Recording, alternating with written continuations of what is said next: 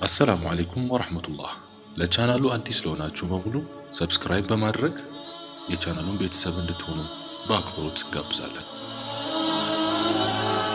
ዘመናትን ተሻግረው ዓለምን በእንባ ካራጩ የሰሓቦች ታሪክ የ15 ዓመቱ ተዕለባ ኢብኑ ዓብዱራሕማን ፍጻሜ የሚጠቀስ ነው።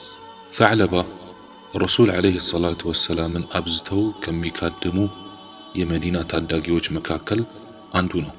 በአንድ ወቅት ረሱል ሰለላሁ ዐለይሂ ወሰለም ተዕለባን ለጉዳይ ይልኩታል። በመንገድ ላይ ሳለ ከአንሳር ቤቶች በሩ ገርበብ ያለ ቤት አስተዋለ። እንደ አጋጣሚ በቤቱ ውስጥ ያለው መጋረጃ ንፋስ ይገልጠውና ገላዋን እየታጠበች ባለች እንስት ላይ አይኑ ያርፋል። በጣም ደነገጠ። በፍጥነት ከአካባቢው ዞር አለ።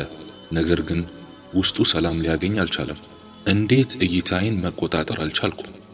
እንዴት ረሱልን ባየሁበት አይኔ ጭራሽ የእሳቸውን መልእክት ይዤ እንዴት አይኔ ሐራም ላይ ያርፋል? ምናልባትም ሙናፊቅ ሆኜ ይሆናል እያለ ያለቅስ ጀመር። ሐራም ባየሁበት አይኔ በድጋሚ ረሱልን ማየት አይገባኝም። አላህ ይቅር እስኪለኝ አሊያም መለከል መውትን መጥቶ ሩሄን እስኪያወጣው በዚህ ኮረብታ ማሳለፍ ይኖርብኛል አለና ከመዲና ተራሮች ወደ አንዱ አመራ። የአላህ መልእክተኛ ዓለይሂ ሰላቱ ወሰላም ለጉዳይ ልከውት ስለቆየባቸው ልጅ ማጠያየቅ ጀመሩ። ቀናቶች ተቆጠሩ። ስለ ተዕለባ የተጠየቀው ሁሉ አናውቅም የሚል ምላሽ ሰጡ። ረሱል ዓለይሂ ሰላቱ ወሰላም ዑመር ኢብኑል ኸጣብንና ሰልማን አልፋሪሲይን ከተወሰኑ ሰሓቦች ጋር እንዲፈልጉ ላኳቸው።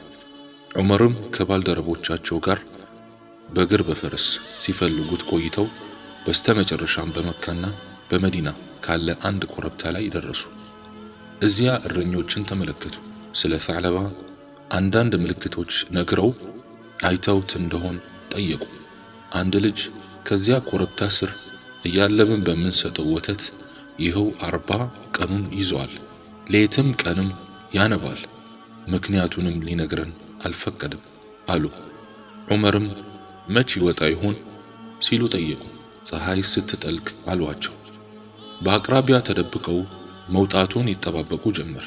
ፀሐይ ስታዘነብል ተዕለባ ወጣ። እረኞቹ ምንም ሳይሉ ወተቱን አልበው ሰጡት። ሁለት እንደተጎነጨ አይኖቹ በእንባ ዘለላ ተሞሉ። መጠጣት አልቻለም። መጠጫውን ቁጭ አድርጎ ወደ ኋላው ዞረ። ነገር ግን ዑመርና አብረውት ያሉ ሰሓቦች ከተደበቁበት ወጥተው ያዙት። ምን ነካችሁ? ረሱል ሙናፊቅ መሆኔን ተናገሩ? ለዚህ ነው ልትፈልጉኝ የመጣችሁት? ሲል ጠየቀ። በጭራሽ፣ እንደውም ምን ገጠመው ሲሉ በእጅጉ ተጨንቀዋል አሉና በእንባና በረሃብ የተጎሳቆለውን ተዕለባ ወደ መዲና ተሸክመውት ሄዱ። ቤቱ እንደደረሱ ወደ ረሱል ዓለይሂ ሰላቱ ወሰላም መልእክት ላኩ። ረሱል ዓለይሂ ሰላቱ ወሰላም ቤት ሲገቡ ፊቱን ወደ መሬት ደፋ፣ ፊታቸውን ላለማየት። ረሱል ዓለይሂ ሰላቱ ወሰላም ጭንቅላቱን ቀና አድርገው በታፋቸው ላይ አስደገፉት። ያ ነቢይላህ፣ ይህንን በወንጀል የተጨማለቀን ራስ ከክብር ሰውነቱ ላይ ያንሱ አላቸው። እሳቸውም ምን ሆንክ? ምን ያሰጋሃል? ሲሉ ጠየቁት። የአላህ ቅጣት ሲል መለሰ። ምንስ ትፈልጋለህ አሉት። የጌታዬን እዝነት አላቸው። እኔ የምትፈልገውን እንድታገኝና ከምትፈራው እንድትጠበቅ ዋስ እሆንልሃለሁ ሲሉ አዛኙ ነቢይ አረጋገጡለት።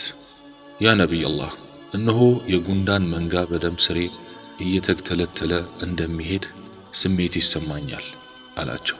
ይህ ሞት ነው፣ እነሆ ጌታህን ትገናኛለህ በማለት ሸሃዳን አስታወሱት።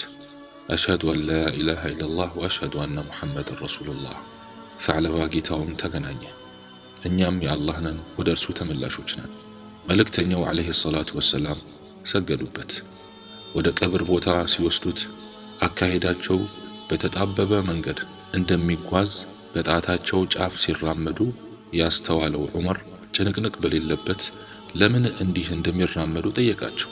ወላሂ ያ ዑመር፣ የሰዎች ጭንቅንቅ ሳይሆን የመላእክት ጭንቅንቅ ነው እንዲህ የሚያራምደኝ ይህ ሁሉ የመላእክቶች አጀባ የ15 ዓመቱን ወጣት ሰዕለባን ለመሸኘት ነበር።